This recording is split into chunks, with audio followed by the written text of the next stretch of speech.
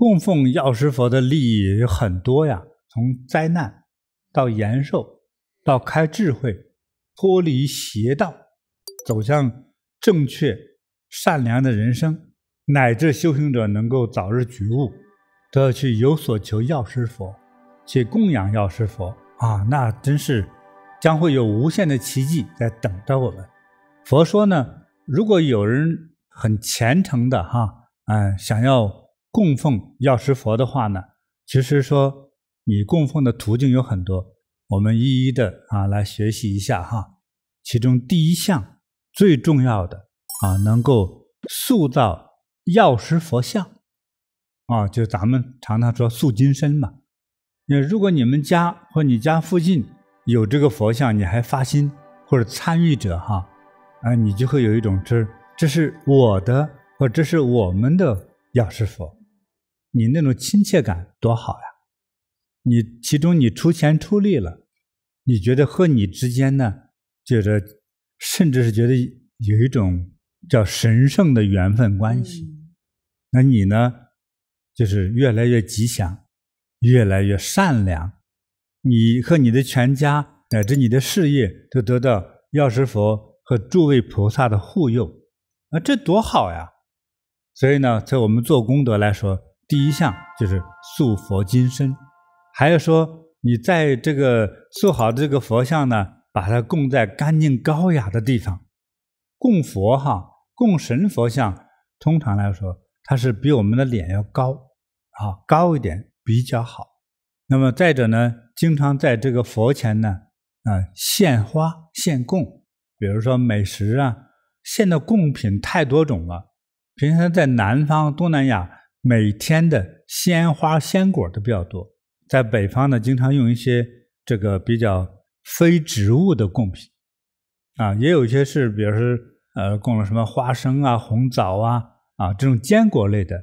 你像到某种时期可以用的蒸的馒头蒸的花卷都有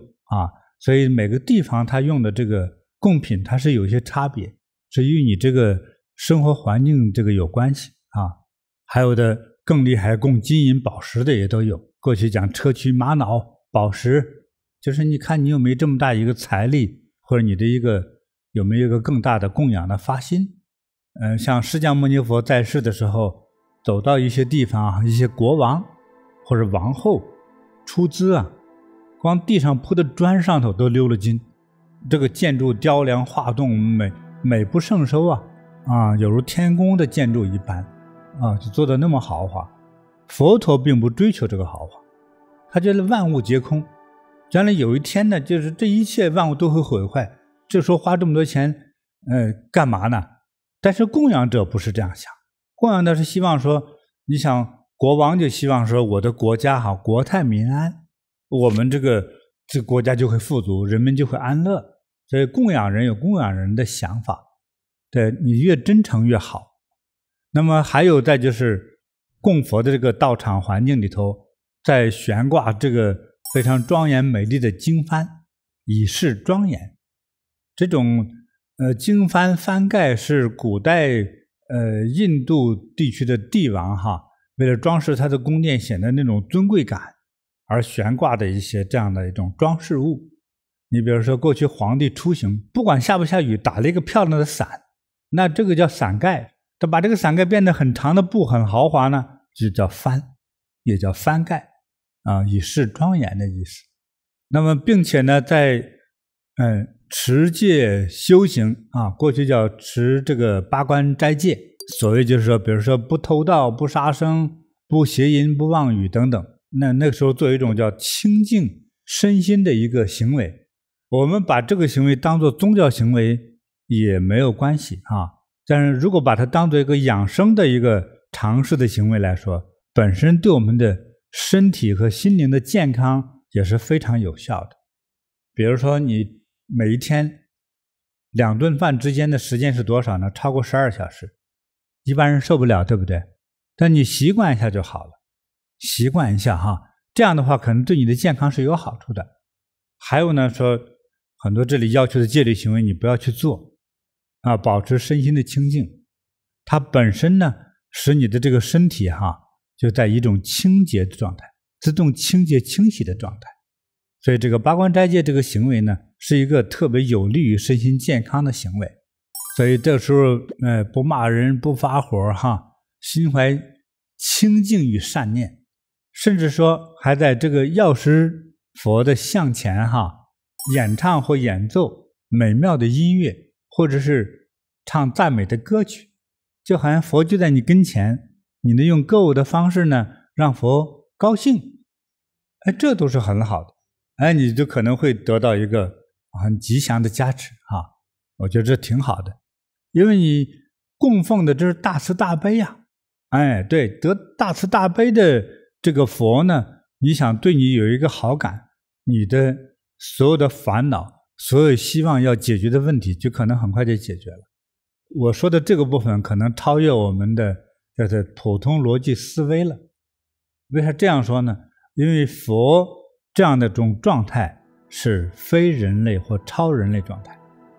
就是说佛当对你有一种喜欢的心的时候，你的生命状态就得到了改变和加持，就是这样子。所以在这种以这个塑造佛像金身和这个供奉歌颂护持为主。在接下来呢，如果你能够为人讲说这个药师佛和药师佛的这些故事，以及他的愿望等等还有他的伟大，这个特别大的功德这也叫做法布施功德是第一的，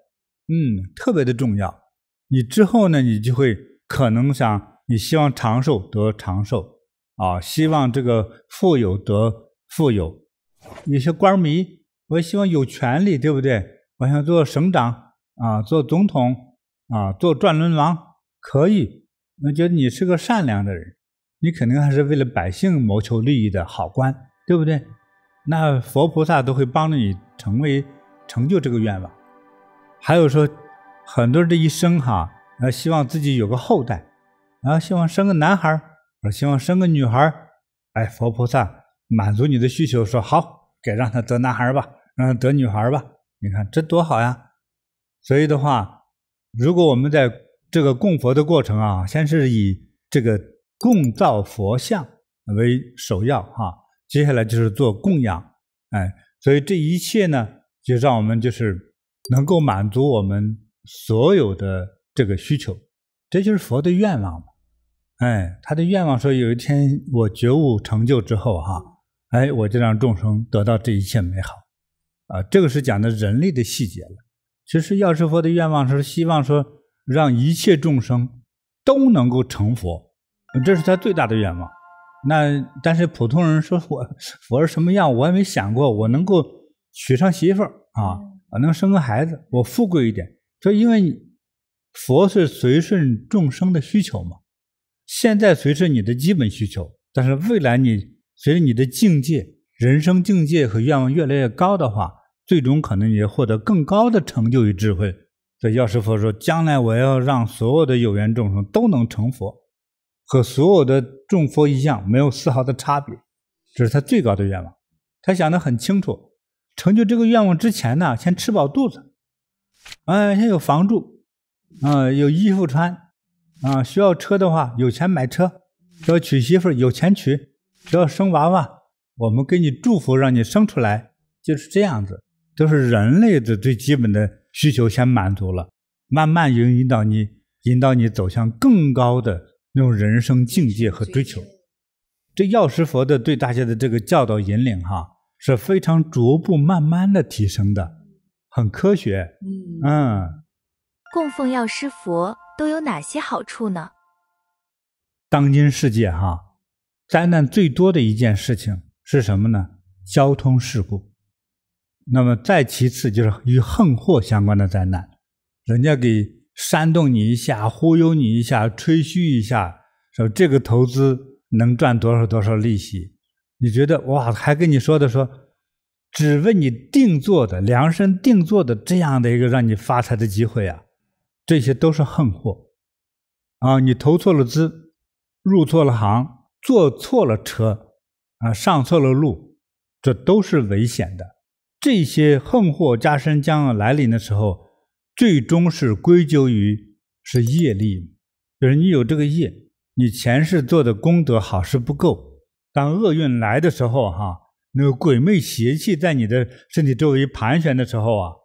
阎王爷的那个2个使者黑白无常来索命的时候勾着你可能会比如说交通事故而亡，或者交通事故之后残疾了，在床上躺7年之后再去世，那听起来很惨嘛或者是还有呢，因为你过去的伤害之心太重，这种业太重，你的家里头或者你的身上会有那种邪气，就你曾经伤害过的生灵的那个鬼魂缠绕着你，所以你就不能出任何一个负面讯息的事情。比如说你投个资赔点钱，明明之后说赔钱就赔钱吧，之后努力，以后不乱投资就完了嘛，对不对？那失恋之后说以后慢慢找个好的，悲伤归悲伤，这个理性还并没有乱掉，对不对？但是你的功德不足而业力挺重的时候，你能量极低，有一种邪气说走吧，那个世界更好，你就想不开，可能寻了短见。就是当这个你去供奉药师佛的时候，得的药师佛护佑呢，在这个时候佛光啪照到那里去，照到你的身上，说下一个会更好，明天会更好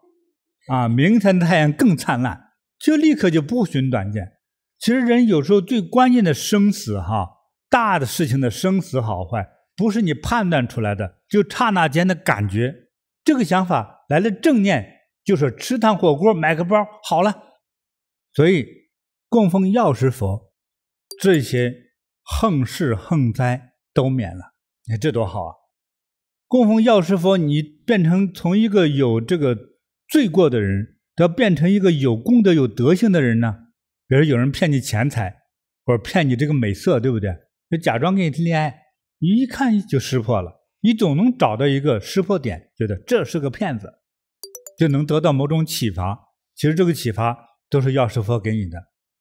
所以我们有这样的一个功德，得到药师佛的随时的护佑和提醒，所以让我们的财不离身，投资不上当。还有呢，在这个时期尽量不投资，有钱存的你就是有钱人，钱拿出手之后你就是没钱人，请记住我的话这很重要。所以药师佛就会提醒你，点化你，让你避开这些疯狂的灾难，乃至是说还能够消除，因为很多地方治安不好消除盗贼或者是这个抢匪对你的这个伤害。南美洲有些国家你走在街上有可能会有人拿着刀和枪来抢你，还有的冲进家里去抢钱甚至伤人，都有不少你如果有这个福分，这些凶险你都不会经历，对，他就会保护你，就是这样子那最终呢还要所求皆得要寿命，谁都希望长寿不管咱活得穷富，长相好坏，身体好坏，总希望让自己能够长寿，更希望自己富贵活着也有钱那个钱怎么来？其实佛菩萨你供奉的好，佛菩萨帮你安排。你想找对工作，交对朋友，做对事情，你就是有财富的呀，甚至是尤其是权力你到关键时候你说出的话都是让你的上司，让你周围的人都觉得是赞叹佩服的。所以你想有获得更高的职权，佛只要来往上拉把你做个普通的干部领导呢，很容易。说是希望什么结了婚能生孩子求男生男求女得女，这容易。所以你看咱们之前这个求子求子者，很多这个女士说她那个输卵管都是堵塞的，这孩子生的还是她的呀，这她怎么能怀了孕呢？怎么能生出个宝宝来呢？都是奇迹吧，神奇的等生了之后，医生一检查说输卵管还堵着呢，这孩子怎么生的？佛光给送过去你不就是在咱药师佛前点了个灯吗？就过去了。说你自己某个小细胞跳到你关键一个地方，你就怀孕了，这厉害哈，就是跨越时空了，让你的宝宝跨越时空来到你们家，你看这多好玩啊！这些都是很神奇的呀，是吧？要不是佛菩萨的关照的话，按照普通医学来说，你人力做不到。对，今世就休想吧。可是呢，它就实现了，你在超越了医学急死医生的事情，哎，有时候佛菩萨帮你解决了哈。所以你说这个供奉药师佛的好处将是无限的。